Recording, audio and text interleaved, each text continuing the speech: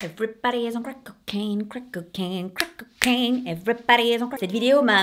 Ah oui, pardon, bonjour, ça va? C'est vrai que quand la réponse est automatiquement non, j'ai tendance à éviter de demander. Une belle année, hein, 2021. Comment on va l'appeler celle-ci? Je propose l'année du same day as yesterday. On gagne du temps en termes de planning par contre. Ça c'est sûr. Je disais donc, cette vidéo m'a plongé dans le côté dark de l'humanité, mais aussi dans toutes ses contradictions. Si, il y a des contradictions dans l'humanité. On fait rouler un robot sur Mars avec une facilité déconcertante, mais toi, ton chariot au supermarché, tu sais jamais le diriger parce qu'il y a toujours deux roues qui bloquent. On se fout de notre gueule. Encore. On demande juste que les gens s'appellent et partagent leur info. Globalement, déjà, on serait beaucoup moins dans la merde, les gars. Oui, dis, c'est juste pour te prévenir, mais il y a un pangolin qui boite. Et en plus, il a l'air d'avoir un truc dans la gorge. Il chante comme Johnny Hallyday. Un peu suspect. Problème réglé en 8 secondes, hein. Tout ça se joue à un appel, les gars. Un appel. D'abord, quand même un petit point rapide sur la situation mondiale sur les drogues. En 2018, 269 millions de personnes ont consommé de la drogue dans le monde. C'est plus 30% par rapport à 2009. Et alors, avec un chiffre d'affaires de 300 à 500 milliards de dollars, le trafic de drogue est devenu le deuxième marché économique au monde. Juste derrière les armes, mais devant le pétrole. Beau top 3, hein? Quelle magnifique civilisation. On démarre en découvrant quand l'homme a commencé à consommer des drogues. Il y a 10 000 ans, à la fin de la dernière ère glaciaire, aurait émergé le cannabis. Les conditions étaient favorables pour cette plante en Europe et en Asie. Mais l'homme ne l'a pas fumé tout de suite, hein. D'abord, il l'a récolté pour ses graines et ses fibres, pour l'alimentation ou la confection. C'est bien plus tard qu'il a commencé à la fumer. Bon, j'ai pas les conditions exactes, mais j'imagine que ça a dû se passer comme ça. Ça crame les gars, hein. C'est quand même toute la récolte là, hein. Je sais pas ce que vous foutez, mais... Cette personne a pris une flèche dans le cœur dans la seconde, bien évidemment, hein. Ah bah, à cette époque, tu faisais pas la Macarena sans raison, hein, je te le dis. Le moindre signe de possession était parti, hein. Je sais ce que vous vous dites. Toi, tu tiens pas 30 secondes dans cette époque. Yes, universe! C'est pas faux. Petite info que je rajoute comme ça, les hommes ont utilisé le cannabis à des fins récréationnelles près de 3000 ans avant l'alcool. On continue notre voyage au pays de la défense. Ah bah oui, mais ça dérape. C'est glissant. Tu penses? Oh, un cake! Non! Je continue mes recherches et je vois qu'on a trouvé des traces d'opium dans des villages chinois datant de 8000 ans avant Jésus-Christ. Là, sur quoi je tombe? Certains habitants du Pérou consommaient un cactus qui avait des effets psychédéliques 8600 ans avant Jesus. Et là, je tombe sur Hippocrate, que l'on appelle le père de la médecine, et qui est connu, entre autres, pour cette phrase « que ton aliment soit ta seule médecine ». Mais là, je vois qu'Hippocrate a utilisé de l'opium pour en faire de l'antidouleur. Ah, parce que l'opium est un aliment maintenant, Hippo. Du coup, pardon?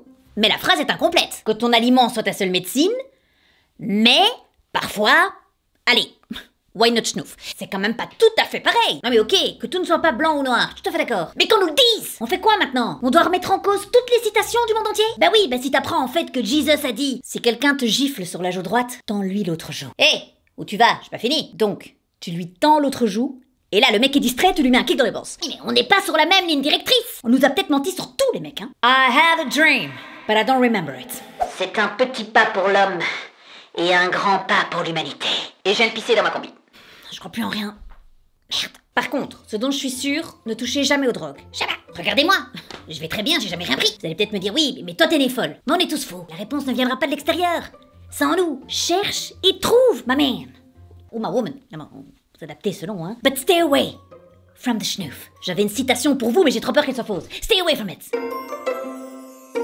Maintenant, on va parler de certaines des drogues les plus dangereuses et bizarres au monde. La première, tout commence par une fleur, qui pousse notamment en Colombie, et qui est la source d'une drogue qu'on appelle scopolamine. 1 gramme peut tuer entre 10 et 15 personnes. C'est bien simple, tout est horrible dans cette drogue. Premièrement, pour droguer la personne, il te suffit d'une inspiration. Un mec arrive et te fait ça, t'es dedans. C'est pour ça qu'on l'appelle le souffle du diable. El souffle della diabolo. Cette drogue te fait perdre complètement ton libre arbitre en 3 secondes. Et effet pervers ultime, tu restes conscient, et en plus tu continues à t'exprimer tout à fait normalement. Donc toute personne extérieure ne remarque pas que tu t'es fait droguer. Et là, eux, ils font ce qu'ils veulent de toi, hein. Ce qu'ils veulent. Non, mais t'as raison, est-ce que j'ai réellement besoin de mes reins? Mais ça va m'alléger, bien évidemment. Mais oui, l'été arrive, je suis d'accord avec toi. Alors, on continue, on voyage un peu, on atterrit en Chine. D'où vient cette drogue qu'on appelle Flakka, ou alpha-PVP. Drogue de synthèse, peu chère, mais cette drogue a des effets parfois plutôt choquants. C'est-à-dire que des gens sous Flakka peuvent se mettre nus, Bon, mais surtout peuvent devenir cannibales. Il y a eu des cas d'agression. Ils sautent sur les gens pour leur arracher la peau du visage avec les dents. Cette drogue fait des ravages en Floride, notamment. J'ai vu d'ailleurs l'interview d'un policier anormalement calme qui disait oui, nous savons que les gens qui sont sous l'emprise de la flaca ont ce type de comportement. Personnellement,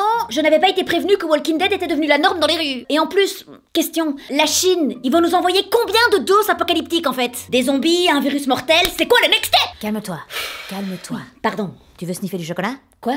C'est très hype à Berlin ou à Londres, le chocolat shooter. Tu te fais des rails de cacao. Bon, ça a été prouvé que c'est un peu un effet stimulant comme celui du café, quoi. Bon, par contre, c'est de plus courte durée que des vraies drogues. Bon allez, moi je me casse. Non, je ne veux pas vivre dans ce monde. Non, c'est bon, quoi. Un monde rempli de mecs qui te bouffent le visage? Ou pire, un monde avec des mecs qui sont assez cons pour sniffer du Nesquik. Du coup, une autre question m'est venue à l'esprit. Est-ce que c'est la nature même de l'homme, Homo sapiens, qui le pousserait parfois à se droguer? Ou est-ce que les animaux, qui partagent Mother Earth avec nous, prennent aussi de la drogue? Arrêtez de vous marrer. Comme ça, d'instinct. Si tu observes un chien de prairie, c'est un candidat à l'ecstasy. Soyons un peu honnêtes.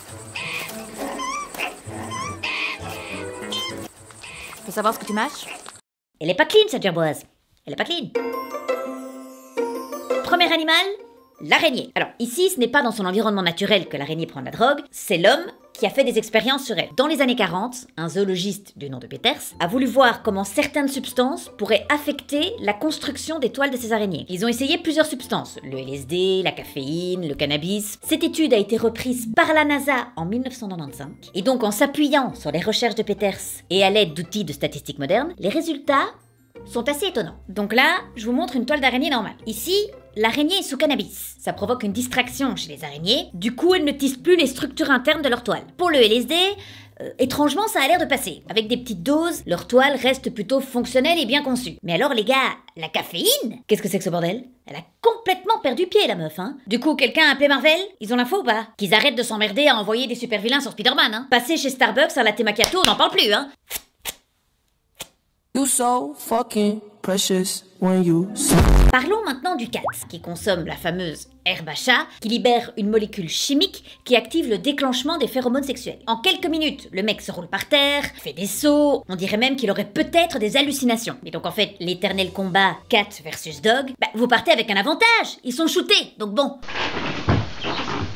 Tu vois, ça c'est les chats. Tricher. Toujours tricher. Mais si, parlant de chat, on va monter d'un cran et on va parler du jaguar. On a pu observer que parfois le jaguar consommait du yagé, une plante qui intervient dans le rituel de l'ayahuasca, très puissant en termes d'effets psychotropes et qui provoque des visions psychédéliques. Les tribus locales pensent que le jaguar en consomme pour avoir des sens plus performants pendant la chasse. Mais rien n'est prouvé encore une fois. En tout cas, moi j'annule mon trip au Pérou. J'étais déjà pas à l'aise d'en croiser un, mais alors en plus, un jaguar sous psychotrope... Oui, mais c'est rare. Oui, mais il sera pour moi. Et il va me prendre pour une grenouille, t'inquiète même pas. Je vois déjà le guide. Pero ¿qué pasa con este jaguar? ¿Qué mirada rara tiene? Le jaguar viene por ti. Corre, Elena, corre! 3 secondes plus tard, je trébuche, fin de l'histoire. Elenita! Aïe, aïe, aïe. Animal suivant, les vaches, qui consomment parfois de la locoweed, qui est une plante qui crée de graves troubles neurologiques et physiques. Des fermiers ont rapporté que les vaches ont un grand intérêt pour cette plante, même si certains disent que ce serait plus une attitude sociale plutôt qu'une addiction. Mais alors les effets, ça agirait sur elles comme un tranquillisant. Elles peuvent rester immobiles de longues heures après l'avoir mangé et ne réagissent plus aux perturbations extérieures. Donc la conne est addicte à une plante qui lui fait avoir exactement le même comportement que d'habitude. Elle reste immobile à bouffer pendant des heures. Well, hello! Une vache, donc, hein. Et puis comment vous avez détecté la variation de comportement? C'est le même. Enfin bref, on va s'intéresser maintenant à l'un des animaux les plus intelligents sur Terre. Le dauphin. Animal que j'adore. D'ailleurs, pour certains, j'aurais même adopté son rire. Le dauphin est joueur, on le sait, mais les chercheurs l'ont observé en train de jouer de manière un peu spéciale. Il se passe un poisson-globe de bouche en bouche en le pressant avec leurs dents. Déjà, vous avez compris que le côté fun est unilatéral, hein. Le poisson ne vit clairement pas sa meilleure vie, mais le poisson a quand même sa petite revanche, si je puis dire. En fait, quand le dauphin le serre avec ses dents, le poisson va relâcher une neurotoxine qui est mortelle à haute dose, mais qui à petite dose a un effet bien-être. Après, est-ce qu'ils vont répéter cette action? Est-ce qu'ils sont en recherche de cette sensation? Pour l'instant, difficile à vérifier. Les dauphins sont des violeurs. Et maintenant, les gars sont des tox aussi. Merci du cadeau. Oui, bon, voilà, c'est la fin de la vidéo. J'espère qu'elle vous a plu. N'hésitez pas à liker et à laisser un commentaire. Je vous retrouve très vite. La phrase du jour, la paix vient de l'intérieur. Ne la cherchez pas à l'extérieur. Ciao!